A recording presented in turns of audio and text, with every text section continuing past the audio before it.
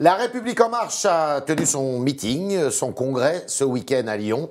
Elle a un nouveau patron, un délégué général qui s'appelle Christophe Castaner. C'est avec Laetitia Avia, qui est députée de La République En Marche à Paris, qu'on va en parler ce matin.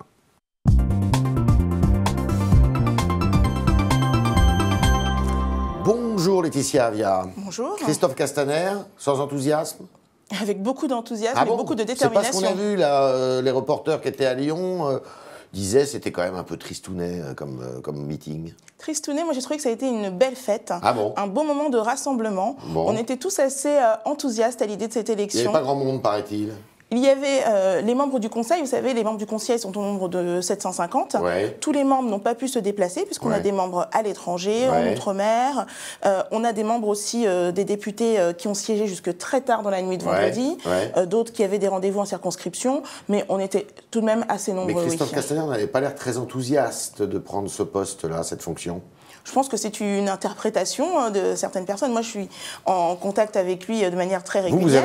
Vous avez soutenu, vous avez soutenu sa motion, vous étiez tout le temps derrière lui. J'ai soutenu sa candidature. J'ai organisé les parrainages également pour sa candidature. J'ai porté la liste aussi. Pas de polémique, c'est lui. Pas de polémique, c'est lui, et c'est l'homme qui fait consensus auprès des marcheurs, c'est ça le plus important. Est-ce que, il va pouvoir cumuler cette fonction avec celle de ministre, et notamment de porte-parole, d'après vous? En ce qui concerne le porte-parole, et je pense que lui-même a été clair, puisque lors de la dernière conférence de presse, il a indiqué que c'était sa dernière.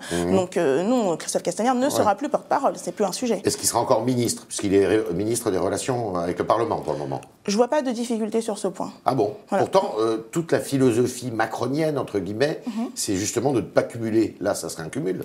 Dans tous les cas de figure, il devra cumuler, puisque il est député également. Donc soit il sera ministre, soit il sera député, mais dans tous les cas de figure, il devra... C'est pas tout à fait pareil aussi. Vous savez, moi je suis députée aujourd'hui et je peux vous dire que être député, ça prend énormément de temps également. Et ben justement, dans les deux cas de figure... Être député, c'est difficile d'être aussi porte-parole, délégué général de son mouvement. Donc dans les deux cas de figure, il y a en effet une imperfection. Ensuite, sur le cumul des fonctions, moi je ne vois pas de difficulté sur le fait qu'il soit ministre. Quand même, à La République En Marche, c'est un petit peu bronché. Il y a quelques adhérents qui sont partis. Vous n'êtes pas inquiet? Alors, vous savez, on a 380 000 adhérents. On en a 160 000 qui sont arrivés depuis les élections présidentielles.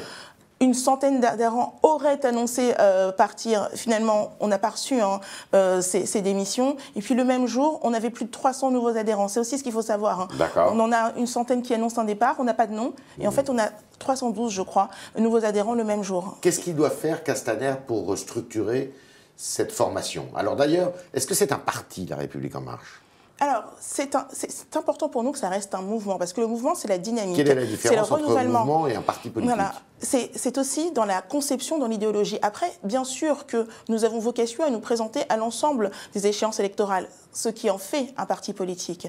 Mais ce qui est important dans le mouvement, c'est l'ouverture. C'est le fait que nous acceptions la double appartenance. C'est le fait que nous soyons toujours dans l'axe. C'est-à-dire qu'on peut être en marche, et on peut être républicain, on peut être en marche, on peut être socialiste aussi. Ah bon, ça c'est possible? C'est possible, c'est dans nos statuts. D'accord. Qu'est-ce qu'il faut faire pour structurer alors ce mouvement? Alors il faut en priorité déjà aller rechercher les marcheurs, puisque ça fait 5 mois qu'on s'est consacré uniquement à l'action gouvernementale, à l'action des parlementaires. Vous les avez délaissés? Ils ont été un petit peu délaissés, c'est vrai. Donc il va falloir en refaire la priorité. Il faut les remobiliser? Ils sont mobilisés, ils sont en demande. Et c'est cela qu'on entend beaucoup, c'est qu'ils ont envie de continuer de contribuer à la construction des idées. Oui, mais c'est pas très démocratique. Regardez, par exemple, le bureau exécutif, il y a 30 membres. 20 pour l'instant. Oui, d'accord. Mais 30 membres, 20 qui sont effectivement désignés. Mais il n'y en a que 10 qui viennent, je dirais, de la société civile, maintenant. Je suis élue depuis 5 mois. Je suis une élue de la société civile. Je n'ai pas changé en 5 mois, vous savez. Et c'est le cas de la plupart de nos membres. On a des référents, on a des parlementaires. Nous sommes aujourd'hui, même au sein de l'Assemblée, des représentants de la société civile. Dans les 20, là, actuellement, ce ne sont que des parlementaires ou des référents? Non, il y a 7 parlementaires, de mémoire 4 référents. On a des adhérents, on a des personnes qui ont participé à la construction du mouvement depuis le début. On est vraiment une pluralité Qu'est-ce que ce bureau va de faire? profils. Qu'est-ce que ce bureau exécutif doit faire? Alors, finalement mettre en œuvre les orientations stratégiques de la République en marche. C'est quoi les orientations stratégiques? Alors il y a la construction de l'idéologie politique, enfin l'enrichissement plutôt de notre idéologie politique, puisque on va peut-être finir de mettre en œuvre le programme d'ici 18 mois. Mais il y a des sujets sociétaux sur lesquels il va falloir que nous construisons. Sur les sujets de justice sociale, par exemple. Il y a plein de sujets comme ça sur lesquels il faut qu'on construise aussi une idéologie qui rassemble tous nos marcheurs venant de gauche, de droite et de nulle part. Vous-même, votre regard sur la laïcité, quel est-il ? Alors moi, je pense que la France doit garantir, la République doit garantir à chacun la liberté de croire et de ne pas croire et donner à chacun les moyens de respecter cette liberté. Est-ce que vous partagez la position de Manuel Valls, par exemple, qui est assez militant là-dessus, pour une laïcité très active, qui ne laisse absolument rien passer? Vous savez, je ne suis pas d'accord avec lui sur ce point. Ouais. La position de Manuel Valls est connue de tous depuis longtemps, ce qui ne nous empêche pas d'échanger, voilà. Ce qui n'a pas empêché de l'intégrer au sein de notre groupe La République En Marche, mais la position de Manuel Valls n'est pas celle de La République En Marche. Est-ce que vous trouvez qu'il est trop intolérant avec, par exemple, l'islam ? Je trouve qu'il manque d'ouverture et qu'il est parfois peut-être trop clivant sur ces éléments-là. Moi, je suis vraiment pour une ouverture, je suis pour une inclusion de toutes les religions, je suis pour une prise en compte du fait religieux.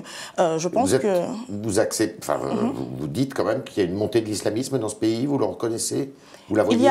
Il y a une présence importante de la religion musulmane, ouais. Voilà. Et il y a une radicalisation aussi que nous voyons. Vous la constatez? On la constate. Vous la reconnaissez? Évidemment, puisque... Il faut la combattre? Il faut combattre toute forme de radicalisation, évidemment. Comment on la combat, cette radicalisation de l'islam? Alors, je pense que ça passe aussi beaucoup par des questions qui sont même des questions sociétales. Aujourd'hui, on a une radicalisation de beaucoup de personnes qui se sentent aussi délaissées par la société, par notre République. Ouais. Et c'est cela qui fait que certaines personnes vont vers une radicalisation, mais ça, pas forcément religieuse. C'est le discours de Macron, j'y adhère. C'est un discours d'excuse sociale, finalement? C'est pas d'excuse sociale, c'est de réalité. Vous savez, moi, je viens de quartiers dans lesquels beaucoup de personnes se sentent délaissées. Ouais. Voilà. Ouais. Et c'est lorsqu'on se sent délaissé par la République que finalement on répond parfois aux sirènes de personnes qui ont un discours qui peut être soit populiste, soit vraiment qui essayent d'attirer les plus faibles, de les instrumentaliser, et ce qui peut conduire à des situations que nous connaissons. Sur ce terrain, le discours de Manuel Valls ne doit pas être celui de la République En Marche, donc. Non, je ne pense pas que ce sera... Vous savez, Emmanuel Macron a été assez clair depuis le début sur ces éléments-là. Maintenant, je pense que c'est à la République En Marche de porter ce discours, de l'enrichir, de le présenter à la société et vraiment d'avoir une position clarifiée et distincte de celle de Manuel Valls, oui. D'accord. Emmanuel Macron, aujourd'hui, se consacre notamment à des réunions avec les chefs de parti, à des rendez-vous avec les chefs de parti en vue des européennes. Est-ce que ces européennes, d'après vous, il faut qu'il y ait une liste nationale? C'est-à-dire qu'on arrête de régionaliser les listes pour les européennes? Je pense que cette concertation qu'il mène aujourd'hui est nécessaire. En fait, on voit dans tous les domaines, on est en train d'essayer de revoir le mode de scrutin, l'élection de manière générale, puisque on a ces élections qui sont complètement délaissées aussi, qui n'intéressent plus forcément nos concitoyens. Donc il faut revoir, il faut analyser, il faut discuter. Mais oui, je pense que remettre les choses en question, c'est pertinent. Vous pourriez être candidate? Moi, je suis députée et aujourd'hui, je fais partie du bureau exécutif de la République En Marche. Française. Je pense que c'est assez. D'accord. Est-ce qu'il doit accepter la main tendue d'Alain Juppé? Parce qu'Alain Juppé, il y a une semaine, lui dit on pourrait faire, sans parler de liste commune, mais un axe central justement pour convaincre l'opinion dans le cadre des élections européennes. Vous êtes d'accord avec ça? On n'a jamais rejeté une main tendue, mais on a toujours voulu savoir pourquoi est-ce qu'elle était tendue. Oui. Si c'est juste une logique politicienne, c'est pas le cas. Mais s'il s'agit de travailler ensemble, de se rejoindre sur le terrain des idées, il n'y a pas de difficulté. Mais si c'est juste un calcul politicien, je pense que ça ne correspond pas à la République En Marche. Et cette main tendue, vous voyez que c'est un calcul politicien de la part d'Alain Juppé? J'attends de voir la suite, j'attends de voir ce qu'il va proposer, j'attends de voir si on est sur une position politique, sur un programme commun, et puis si c'est juste de se renforcer politiquement en nombre, ce ne sera pas ce qui correspondra à nos idées, non? Alors, il y a le Congrès des maires qui s'ouvre cette semaine.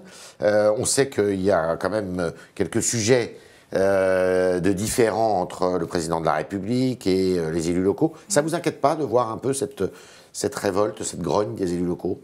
Non, je la comprends, puisqu'on est en train de bouleverser leur façon de travailler. D'élus locaux, en plus.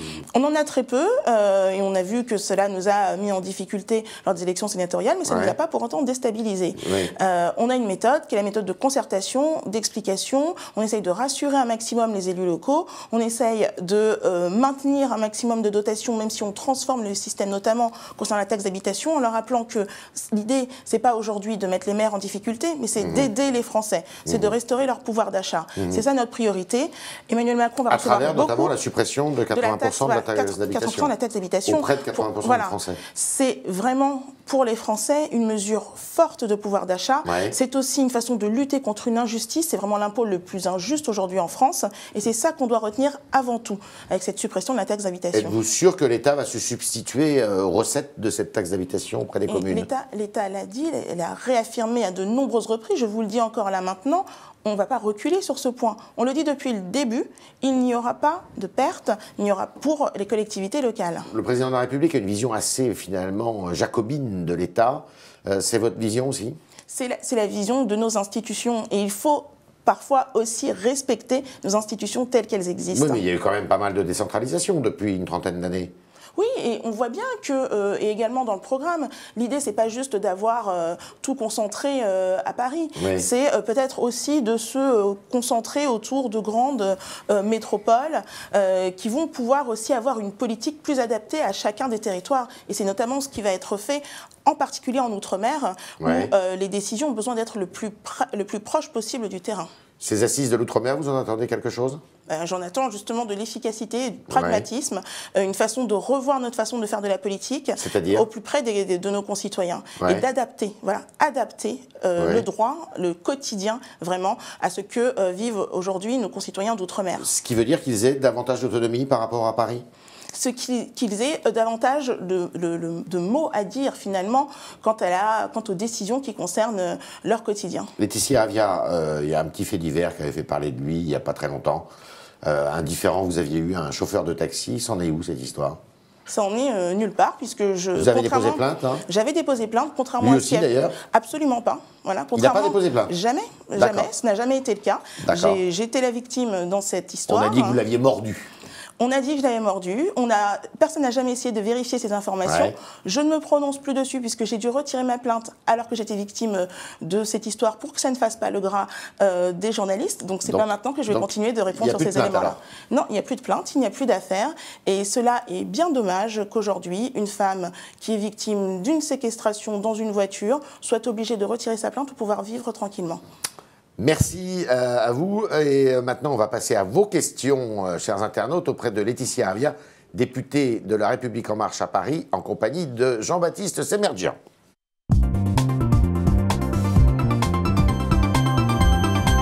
Jean-Baptiste, bonjour. Bonjour Yves, bonjour Laetitia Avia. Une première question de Miko qui vous demande si vous allez entrer au gouvernement. Je ne pense pas que ce soit d'actualité, non. Moi, je suis on vous le demanderait, vous accepteriez? Je ne pense pas que cela soit quelque chose, qu'on puisse refuser, mais quelque chose qui soit envisagé. J'ai été élue au sein du bureau exécutif samedi.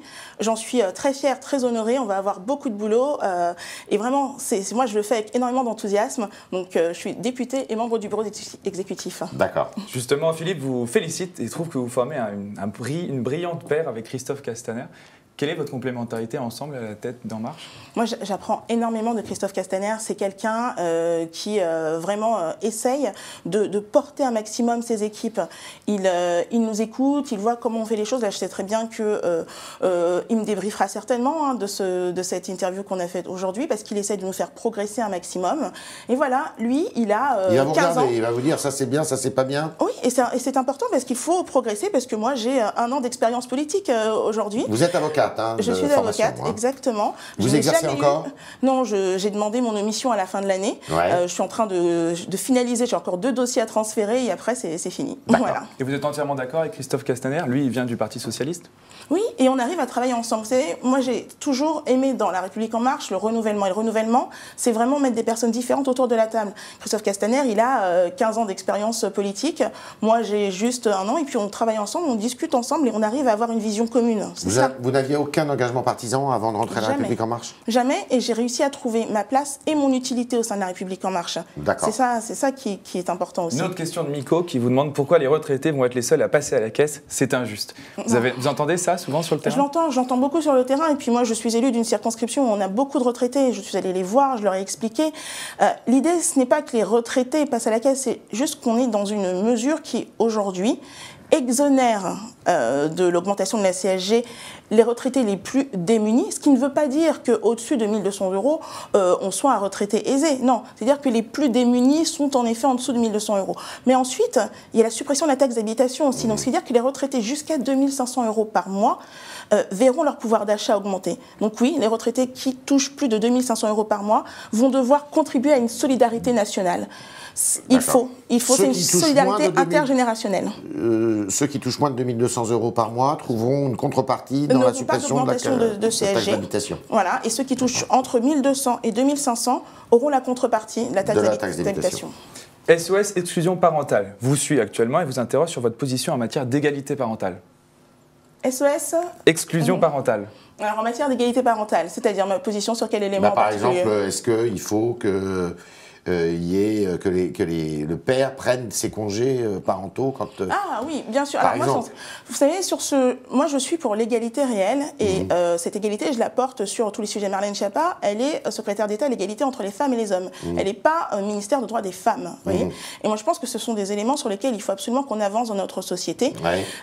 Garantir une égalité réelle dans tous les droits. Hein. Je pense également dans les modes de garde. Je pense qu'il y a plein de sujets sur lesquels il faut qu'on avance un maximum pour reconnaître aussi l'existence des pères. Et une dernière question un petit peu plus légère d'Éric qui rappelle que le rappeur Damso va composer, disons, l'hymne national de la Belgique pour la Coupe du Monde en 2018. Est-ce que vous avez une idée d'artiste, vous, pour la France? Un rappeur ou un autre musicien? Écoutez, je suis, je devrais pas dire ça là, mais moi je suis très chanson française classique en réalité. D'accord. Donc non, j'ai pas d'idée de rappeur. Mathieu peut-être, non, pour chanter, non.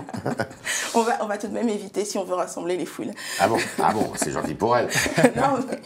Voilà, c'était bien le talk de Laetitia Avia qui répondait à vos questions, chers internautes. Merci Laetitia Avia. Je vous en prie. Et merci à Jean-Baptiste Semerjian qui s'est fait l'intermédiaire, le médiateur de vos questions. À demain.